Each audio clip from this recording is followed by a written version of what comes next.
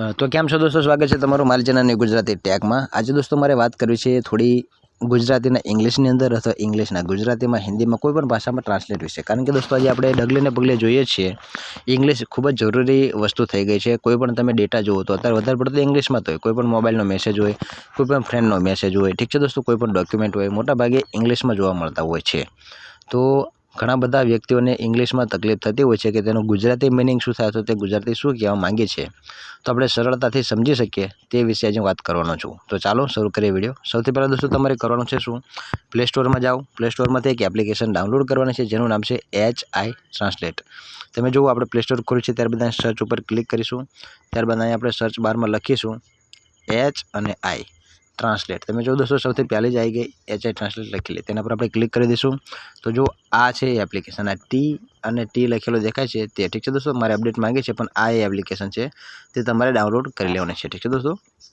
Download કર્યા બાદ આપણે તેને ઓપન કરવાની છે અને તેની અંદર કોઈ પણ પરમિશન માંગવામાં આવે તો તેને આપી દેવાની છે, ઠીક છે दोस्तों। તો હું આને અપડેટ કરી લઉં, ઠીક છે। તો दोस्तों ઇન્સ્ટોલિંગ થઈ રહી છે।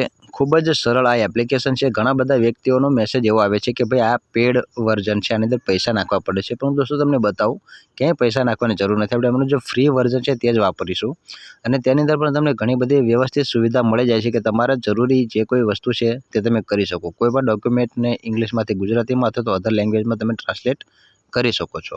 તો दोस्तों જો આપણે અહીંથી કરીશું તેને ઓપન કર્યા બાદ આપણને જે કોઈ પરમિશન માંગવામાં આવે તેને તમારે दोस्तों આપતા રહેવાનું છે। તો दोस्तों તમે આ રીતનું તમને ઇન્ટરફેસ મળશે। સૌથી પહેલાં હું તમને સમજાવવા લખ્યું છે ફેસ ટુ ફેસ। તેનો મતલબ એવો છે કે સામેની વ્યક્તિ કોઈ બોલતી હોય, તમે दोस्तों તેના પર હું ક્લિક કરું તો અહીંયા કેવું છે, જો અહીંયા એ વ્યક્તિ બોલશે તેની ભાષામાં તો તમે તેનું ટ્રાન્સલેટ કરી શકો છો, અથવા તો અહીંયા એ વ્યક્તિ બોલે તો અહીંયા તેનું ટ્રાન્સલેટ થાય છે। જેમ કે दोस्तों જો હું અહીંયા લખું છું, અહીંયા કંઈક લખીને તમને બોલીને સમજાવું, હાય।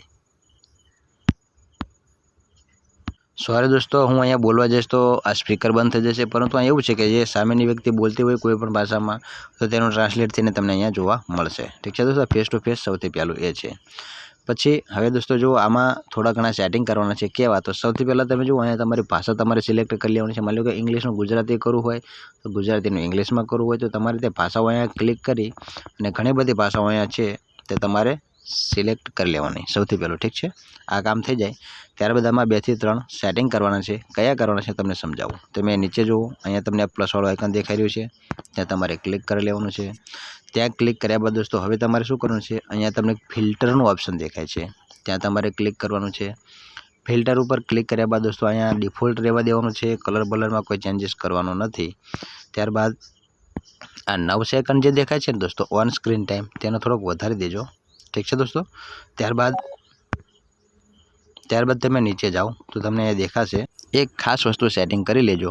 અહીંયા લખ્યું છે ફિક્સ્ડ પોઝિશન, તેને दोस्तों ઓન કરી દેવાની। આ બંધ હોય ને તો તેને આ રીતે ઓન કરી દેવાની અને આ ફિક્સ પોઝિશન મતલબ આ સર્કલ ક્યાં રહેવું જોઈએ તે એક જ જગ્યાએ ગોઠવી દેજો આ રીતે, કારણ કે વારે ઘડે તમારે તેને ગોતવું ના પડે, ઠીક છે दोस्तों। અહીંયા પોઝિશન તેની ફિક્સ થઈ ગઈ, અહીંયા તમે જુઓ તે હવે અહીંયા જ રહેશે। આટલું કર્યા બાદ તમારું સેટિંગ થઈ ગયું છે ઓકે। ત્યારબાદ હવે આ બટન તમને દેખાઈ રહ્યું છે તેના પર તમારે તેને ક્લિક કરી અને તેને ચાલુ કરી લેવાનું છે, ઠીક છે दोस्तों। હવે दोस्तों તમે જો આ બટન પણ ચાલુ થઈ ગયું, ઠીક છે दोस्तों। હવે આપણે શું કરવું છે, કોઈ પણ ઇંગ્લિશનું ગુજરાતીમાં મારે ટ્રાન્સલેટ કરવું છે તો તમે જુઓ અહીંયા તમને ઓપ્શન જે દેખાઈ રહ્યું છે તેના પર તમે આ રીતે ક્લિક કરશો એટલે અરીસો આવી જશે અને આ રીતે ક્લિક કરશો એટલે હવે તમારે જે પરમિશનો ચાલુ કરવાની છે તે હવે ટર્ન ઓન ઉપર આપણે ક્લિક કરીશું। ટર્ન ઉપર ક્લિક કરી અને આપણે સેટિંગમાં જતા રહીશું અને ત્યાં તમને જે HI ટ્રાન્સલેટ લખેલું દેખાય ત્યાં આપણે ઓફ હશે તો તેને ઓન કરવાનું છે। તમે જુઓ दोस्तों અહીંયા હું નીચે આવ્યો તો અહીંયા HI ટ્રાન્સલેટની સામે અહીંયા ઓફ લખ્યું છે, ત્યાં ક્લિક કરી અને તમે જુઓ दोस्तों અહીંયા આ યુઝ HI ટ્રાન્સલેટ લખ્યું છે તેને આપણે ચાલુ કરી દેવાનું છે। આ પરમિશન એલાઉ કરવાની છે, ત્યારબાદ જ આપણે આનો યુઝ કરી શકશું। ત્યારબાદ હવે दोस्तों જુઓ અહીં લખ્યું છે તેના પર હું ક્લિક કરીને આ રીતે જોઉં તો તમે હાઈ ટ્રાન્સલેટ શોર્ટકટ લખેલું આવી ગયું ગુજરાતીમાં। આ રીતે दोस्तों તમે તેને ગમે ત્યારે વાપરી શકો છો, કોઈ પણ ડેટાને ઇંગ્લિશનું ગુજરાતીમાં અથવા તો અધર લેંગ્વેજની અંદર તમે ટ્રાન્સલેટ કરી શકો છો અને તે કાયમ માટે અહીંયા એ ઓપ્શન રહેશે। આ રીતે હવે બહાર આવી જઈએ આપણે, તમે दोस्तों જોઈ શકો છો, હું બહાર આવી જાઉં તો પણ આ ઓપ્શન જે છે ફિક્સ પોઝિશન ઉપર જ રહેશે, ઠીક છે दोस्तों। આ રીતે જ્યારે પણ ટ્રાન્સલેટ કરવાનું થાય, મારે હું કોઈ એકાદો મેસેજ ગોતી લઉં, મારી પાસે મેસેજ આવ્યા છે ઇંગ્લિશમાં, તેનું મારે ગુજરાતી કરવું છે તો તમે दोस्तों જુઓ આ SBIનો કોઈ મેસેજ છે, ઠીક છે दोस्तों। હવે તમે જુઓ આ ઓપ્શન ઉપર હું અહીંયા ક્લિક કરી લોંગ પ્રેસ કરી રાખશું એટલે અરીસો આવશે અને તેને ત્યાં લઈ જઈશું આપણે આને પકડીને અહીંયા લઈ જઈશું એટલે તમે દોસ્તો જુઓ તેનું ગુજરાતી જે કંઈ થતું હશે તે અહીંયા આવી જાય છે।